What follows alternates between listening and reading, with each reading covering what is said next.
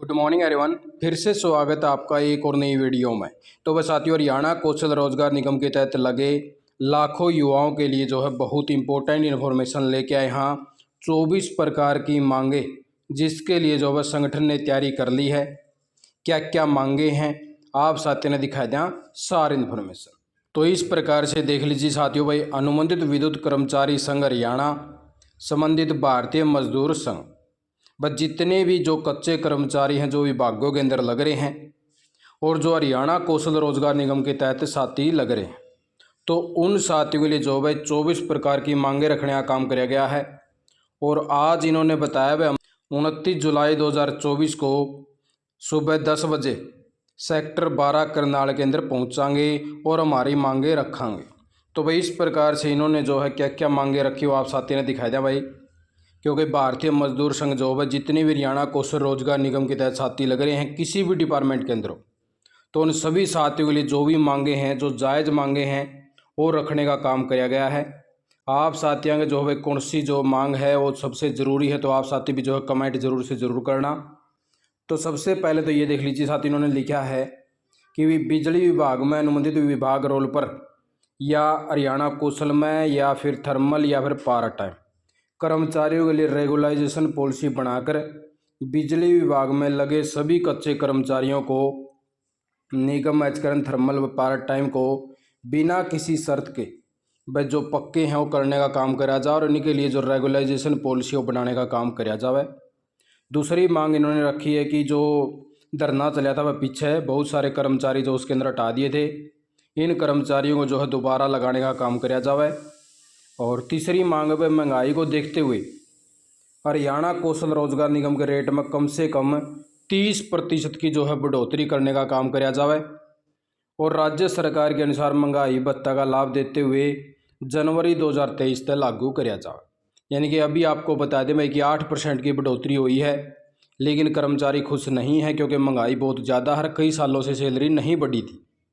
उसके हिसाब से इन्होंने जो है 30% की मांग करी है कि 30% की जो है सैलरी बढ़ोतरी करने का काम किया जाए और वर्ष 2024 से जो है नए रेट लागू करने का काम किया जाए। आपातकालीन सेवाओं को देखते हुए बिजली विभाग के निगम के रेट अलग निर्धारित करे जाओ। भाई ये तो जो सारे कर्मचारी हैं एचकरण के उनके लिए मांग करी है, और जो बिजली विभाग के कर्मचारी हैं इनके लिए थोड़ा सा अलग रेट दिए जाओ, क्योंकि वह बिजली विभाग का जो काम है वो बहुत ही जोखिम भरा हुआ है, ठीक किसी टाइम भी हादसा उसका है, इसलिए इन्होंने मांग रखी। बिजली विभाग में कार्यरत सभी अनुबंधित कर्मचारियों को कैशलेस मेडिकल पॉलिसी में शामिल किया जाए, मेडिकल भत्ता भी दिया जाए।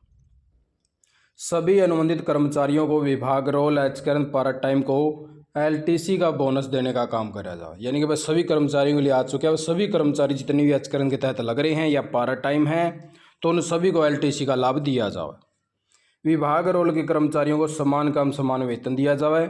उन सभी कर्मचारियों का जो डाटा हो एचआरएमएस पोर्टल के ऊपर अपलोड किया जाए।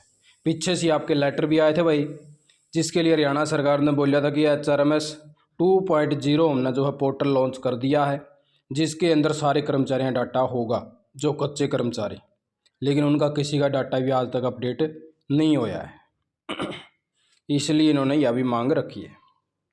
उससे आगे है साथियों, बिजली विभाग में चारों निगम HPGCL, HVPNL, DHVN या UHVN से पहले से कार्यरत अनुबंधित कर्मचारी विभाग को एचकरण पार्ट 1 पार्ट 2 पॉलिसी के तहत पिछले 15-20 सालों से कार्य कर रहे हैं, इन पदों को जो है भरा हुआ मानना जाए।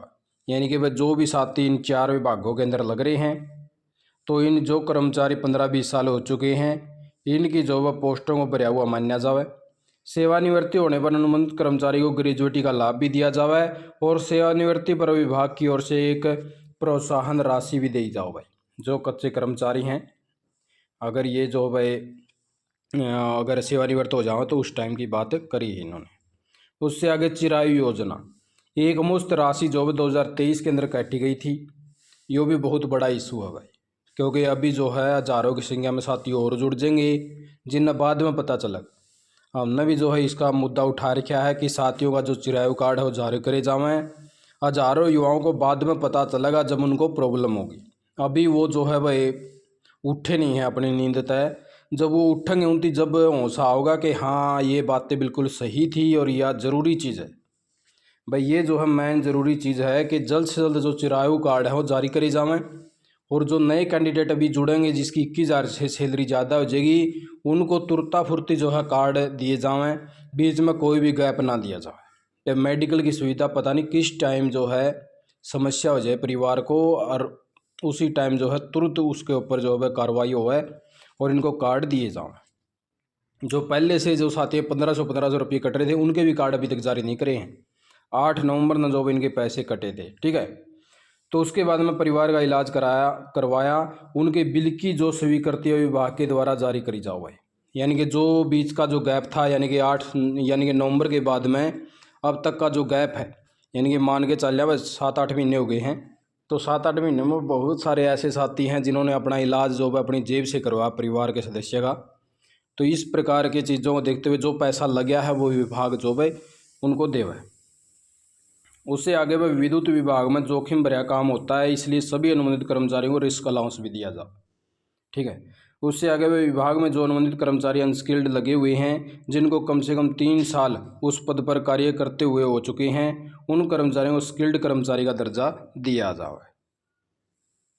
उससे आगे की मांग है भाई विभाग में लगे अनुबंधित कर्मचारियों को नियमित कर्मचारी के समान बिजली यूनिट 80 यूनिट प्रति माह का लाभ दिया जाए, और ईएल जो है भाई जो कर्मचारियों को दी जाए हैं। तो सभी अनुबंधित कर्मचारियों को अनुभव के आधार पर विभाग में प्रमोशन का लाभ भी दिया जाए, ठीक है। और एलडब्ल्यूएफ में भिन्न भिन्न स्कीमों का लाभ दिया जावा है जिसका मासिक वेतन 25,000 रुपये निर्धारित किया जाओ भाई। यह चीज़ भी बहुत अहम है भाई, क्योंकि ज़्यादातर जो स्कीमें हैं आप साथियों की वो 18,000 के बाद में बंद हो जाए, और 18,000 के बाद में बंद होने पर वो जो कर्मचारी हैं उनकी संख्या हज़ारों में है। तो अब वो जो भाई स्कीम से वंचित हो गए, क्योंकि 25,000 तक की सीमा नहीं है उसके अंदर। तो इन्होंने कहा भाई सारी स्कीमों के जो है 25,000 रुपये निर्धारित कर दी जावा है, जिसके कारण बहुत से कर्मचारियों का एलडब्ल्यूएफ का अंशदान कटता है, लेकिन वह एलडब्ल्यूएफ में स्कीम का लाभ नहीं ले सकता। इसलिए एलडब्ल्यूएफ में जो निर्धारित मासिक वेतन है उसको बढ़ाया जाए। जो आईटीआई डिप्लोमा होल्डर है, वह पॉलिटेक्निक डिप्लोमा होल्डर है, डाटा एंट्री ऑपरेटर है, इलेक्ट्रीशियन है, प्लम्बर हैं, इनको लेवल 3 में लिया जाए, क्योंकि ये लेवल 2 में है भाई, कुछ साथी लेवल 1 में है। इसकी भी मांग करिए। एचकर में ज्वाइन होने के बाद जो कर्मचारी 5 साल 10 साल की सेवा पूरी कर चुके हैं उनको अनुभव के आधार पर वेतन बढ़ोतरी का लाभ दिया जाओ भाई। जो डेट ऑफ ज्वाइनिंग है उनकी, ठीक है, उसको ठीक करवाने का काम किया जाओ। निगम वेजेस रेट के स्लैब 0 से 5, 5 से 10 व 10 से ऊपर की बांधती हैं, तो 10, 15 या 15-20 सालों की सेवाएं देने वाले कर्मचारियों के लिए अलग से वेतन स्लैब बनाया जाए। एचकर में जो मेडिकल कैजुअल लीव है उसके लिए महीने में एक ही अवकाश का प्रावधान है। इसमें बदलाव करते हुए महीने की बजाय कैलेंडर वर्ष किया जाए और 15 मेडिकल 15 कैजुअल छुट्टी दे ही जाऊँ भाई, यानी कि 10-10 छुट्टी मिला भाई। इनको जो है 5-5 और बढ़ाने के लिए बोला गया है। एचकर में डेट ऑफ ज्वाइनिंग गलत होने के कारण ईपीएफ ईएसआई एलडब्ल्यूएफ का लाभ नहीं मिल रहा। इन समस्याओं के समाधान के लिए जो प्रत्येक अनुबंधित कर्मचारी को पंचकूला एचकर ऑफिस में जाना पड़ा है। आपसे निवेदन इन समस्याओं का समाधान के लिए डीडीओ के स्तर पर जो है प्रावधान किया जाओ भाई। और एचवी पैनल एसएसए में पद पर कार्यरत अनुबंधित कर्मचारियों की पोस्ट एचकर में नहीं है, इसलिए एसएसए की पोस्ट अपलोड करी जाओ। कई वर्षों में कार्यरत पीटीएस व पीटीएम कर्मचारियों को भी एचकर में शामिल किया जाए।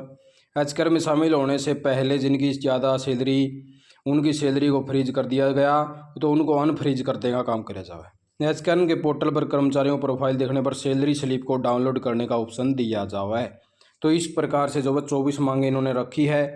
आज जो भी इन्होंने बताया कि हम जो है करनाल के अंदर इकट्ठे होंगे, तो इस प्रकार से देखना ये होगा भाई कि हरियाणा सरकार जो इन बातों को मानती है, कौन कौन सी मांगे जो वह पूरी करे कर्मचारियों की।